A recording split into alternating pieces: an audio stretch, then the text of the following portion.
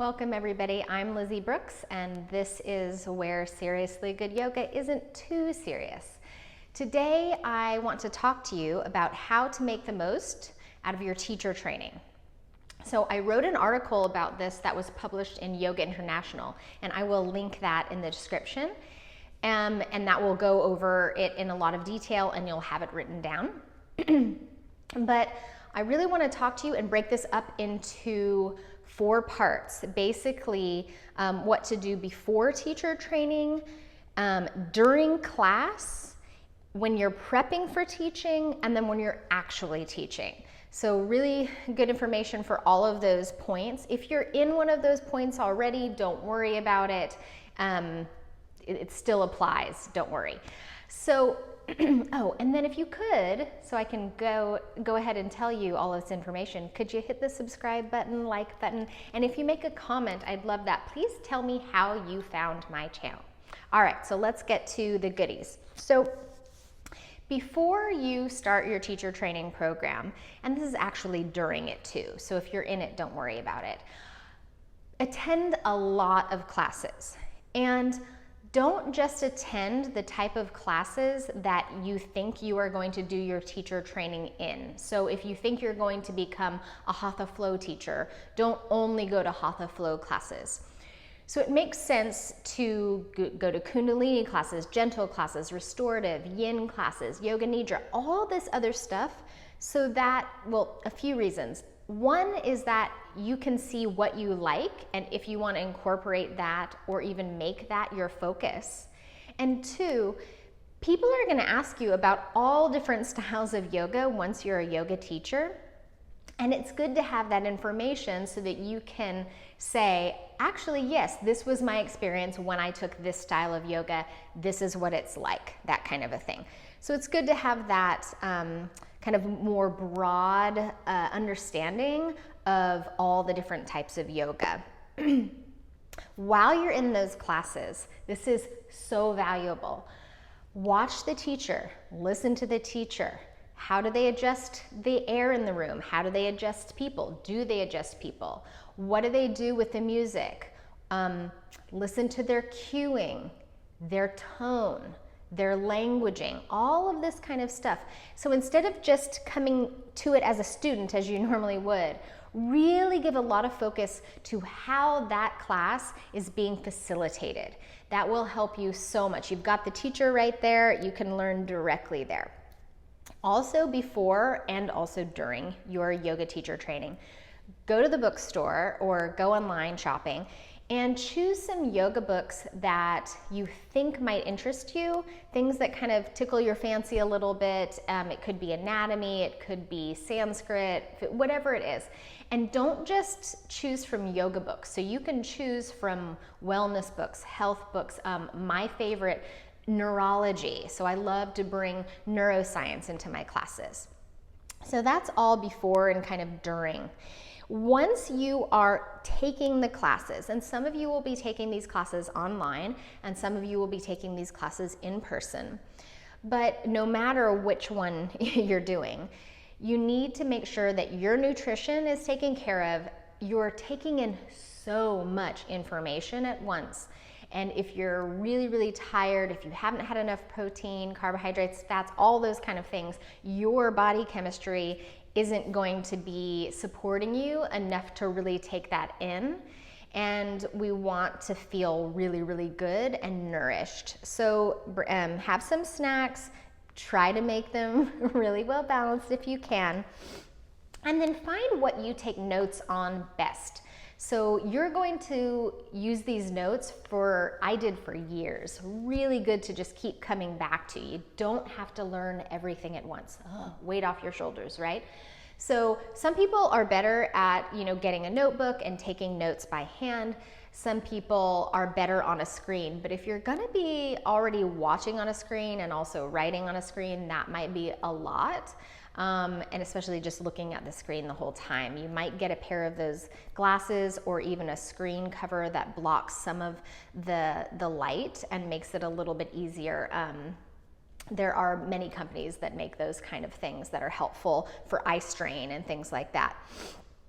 Let's see. Oh yes, and again, if you're in person with those teachers who are doing your teacher training, and even if you're watching them on the screen, you're still looking at them as your guide and sort of as your role models. How are they teaching? What is their cueing? What are their language? How is their languaging? All of that.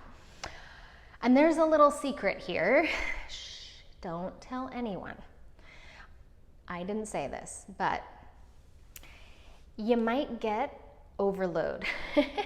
There's a potential overload that can happen when you're like in it so deeply, and it's like yoga, triangle pose, warrior two, Sanskrit words, anatomy, the knee bone connects to there's no real knee, that's not what it's called, the patella. It's a lot. You can get overwhelmed, and there are some days when you are so excited to take your class and you're so into yoga and all your friends are sick of hearing you talk about yoga, and there's some days when you're just like, I don't want to hear one more, uttanasana ever. And that is normal and that is human, so don't worry about it. What's going to happen is you'll feel overloaded, and then you'll refresh and you'll come back and you'll go right back into it. And so your prep for teaching is important because it sort of builds you up to begin to be in front of people teaching. And one of the best things that I can tell you is to video yourself teaching. I know, it sounds scary, but you need to see how you're moving. You need to see, do you say or can you follow along? And I would recommend actually doing your practice. So when you practice, video yourself and talk through your practice as you would if you were teaching. Now, you wouldn't be practicing the whole time if you were teaching, but still do your whole practice that way. And then turn the camera over so you can only hear the audio, because a lot of times students can't see you. They might be in a downward dog or doing something else, or they're more auditory learners and not a visual, that kind of thing. So you need to make sure that the way you speak is conveying what you're actually saying without having you needing to be demoing it the whole time. I know it can be off-putting, but it's one of the best things you can do to become a better teacher. Notice where you have your tendencies to kind of do things that take people out of it a little bit and focus less on what you're saying. So let's see, what else do I have? Dip your toes into teaching very quickly. So ideally, you can start teaching while you're in the teacher training itself. And that could be for a donation, or even you could do a free class or something like that. It could be to friends or family. But start, because what sometimes happens is people graduate from their teacher training and they haven't taught really anyone other than maybe a little bit in their teacher training class, and it feels like, how am I going to do this? So dive in, even if it's one class a week. Just go for it and start, and recognize that you're going to grow as a teacher, and where you start is not where you'll end. So don't be too worried about it. And everyone is there to support you. So if you say things wrong or if you do things wrong, don't worry about it. We're all human. The other thing is to be willing to say, I don't know. So when people come to you, especially as an early teacher, you won't know as much because you just don't have the experience yet.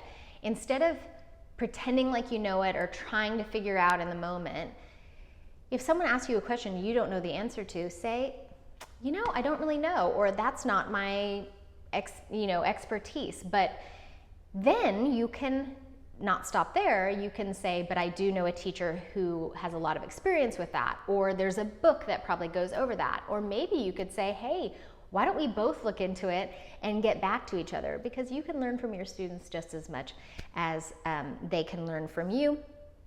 And then the other thing is, it's okay if you are not perfect. You won't be perfect. Please do not have that as an expectation. I have been teaching for over 20 years, And if you've seen any of my videos, sometimes I say right, but I meant left. Sometimes I forget a posture. These things happen, and it is your flaws that will connect you to the students. It really makes sense that you aren't robotic when you teach. So those are just some of my ideas. I thought there was something else in here, but oh, there is. When you get burnout, I say when, not if. When you get burnout, do something that's not yoga. That's right. Go do something, go to a park, go take a walk, go, watch a movie, something that totally brings you away from it so you can come back fresher, okay? So take those non-yogic breaks so that you're happier to come back to the yoga. Thank you so much for being here.